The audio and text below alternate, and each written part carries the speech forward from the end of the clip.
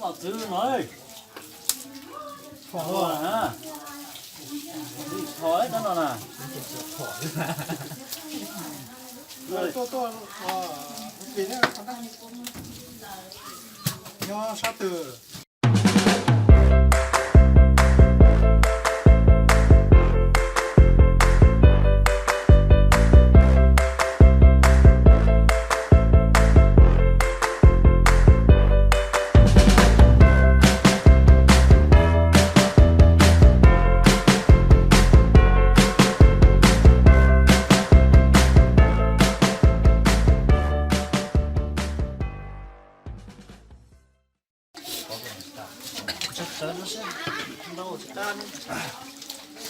Tự nhiên ăn đọc này.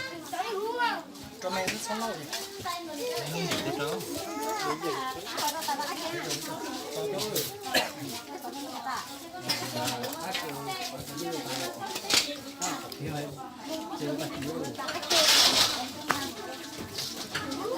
nó mà sao trời thường trời đang mò ấy Này kìa, buồn không? Cái gì là tỏi rồi thế rồi?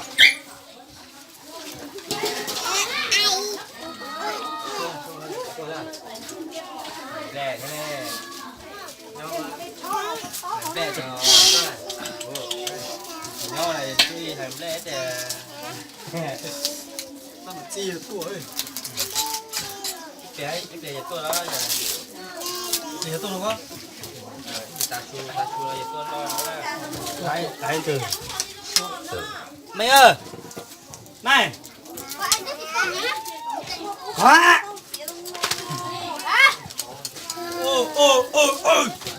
gì gì mày ơi, này đông à chưa chưa chơi tí khô hả nhìn lên nước thôi nhưng mà chưa đến bọt nó có đông được không nó phải đông, bắt buộc nó phải đông. cái này hám bị đông rồi hám nó tươi kia đấy. cho vào tủ lạnh không đông đút vào tủ lạnh Mày ơi, no đút vào tủ lạnh cho vào tủ lạnh một chén. đút vào tủ lạnh tầm 10 phút là ăn được ngay mà đúng không sạch lông không sạch lông làm kiểu của chú luôn đấy chú ơi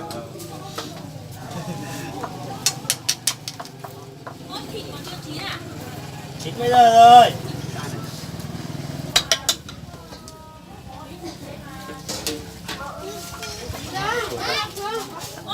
Quên lấy xếp rồi.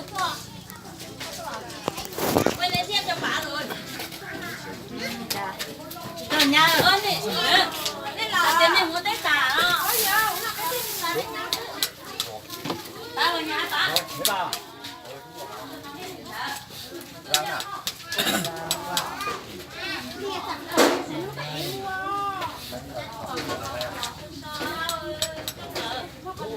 Hết rồi. thế tại tôi đi chơi xong rồi đấy gì chỉ ngủ vừa đi lên đưa về à đâu lấy cái nào đấy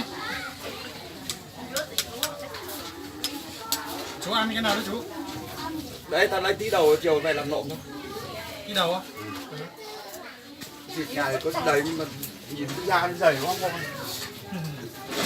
Giang thôn này khác ra phố ấy, đấy da thôn này ăn xứ khác ra phố ấy. à đông đấy chưa cái này chưa đâu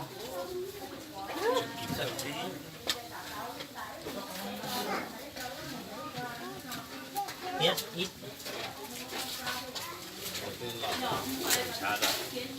tại chủ tao tại mẹ ấy tại lo gì thằng trẻ chỉ tuổi nó ta mất tôi nó đâu rồi mày vừa đi đâu vậy đấy Làm. đấy đâu rồi chú này có rồi đấy lên rồi đấy thôi thì đừng chọc nữa đấy ngon chưa chuẩn một cái loại này phải cho thật cay vào đấy Nó phải cay, bây giờ mình đánh bằng cái nước lạnh này cho nên là phải cay vào thì đi rượu vào thì nó mới trị được lâu chịu nhiệt của nó. nhiệt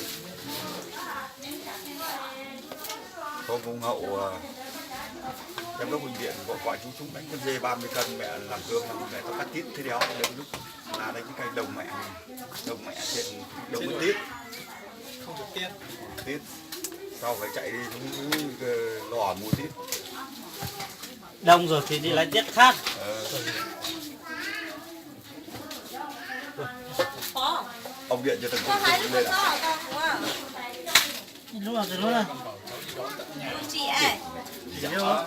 Ít lúc rồi. Mời nó lên ăn rồi nó cho lên thôi.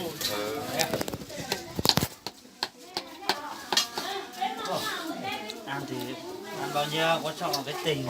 nghĩa này chứ còn ăn uống thì bây giờ nói chung là để lên để chạy một mấy bao nhiêu cây số này vào ăn thì nếu không tình nghĩa đi làm sao được, đúng không? Ăn nhà thì Ăn nhà thôi. Ăn nhà có hết 30.000, chứ chắc là hết đâu. Đây bọn giờ dám tìm thú cái thứ là chứ mổ cả con dê ăn cũng quan trọng gì đâu, nhưng mà tình cảm thôi nghe không? Đây cũng là con dê của nhà mình đấy. À, con dê này ở đâu? Con dê này con dê cũng ở bên Cao nhưng mà chết rồi, không tốt đấy. Chết không đấy. Nhà của con dê nhà mình kia là nó lại ở trên. Giỏi nhỉ? Thằng này được đấy. Không chú vào vào. 2 chuyến rồi. Em này nó ở trên xã Mường Bà cơ mà. Bắt bóng. Rồi ít thời gian rồi nhiều cơ thôi. Thế thì chọn. Cơ để chip tí để trẻ con không? Thế nó không có lạc à? Nó bắt lạp vào thì nó mới có cái ăn nó ngọt. Bởi vì chúng mày bây giờ mắc nhiều rau rồi. Cho nhiều rau. Rau này tí nữa. Rau này tí mắc vào trong cái nồi rồi mặn được. Không phải mang mà mình Con. Đấy các cháu với bố cháu dạ con cũng có này. Phượng ngon nhỉ. Wow.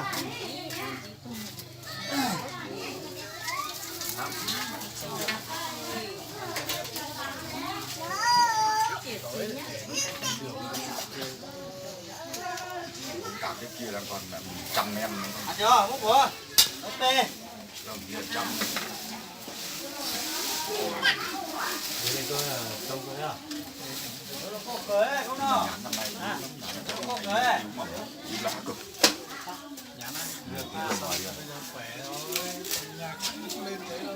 Được chưa? Bỏ được không? Rồi phần bây giờ chết chở. Bỏ nó. Hả? Cái bỏ lò nó. Nó thế không à? Nhưng mà bây giờ mình nghiên cứu làm sao cho nhãn cho mình muộn hẳn đi.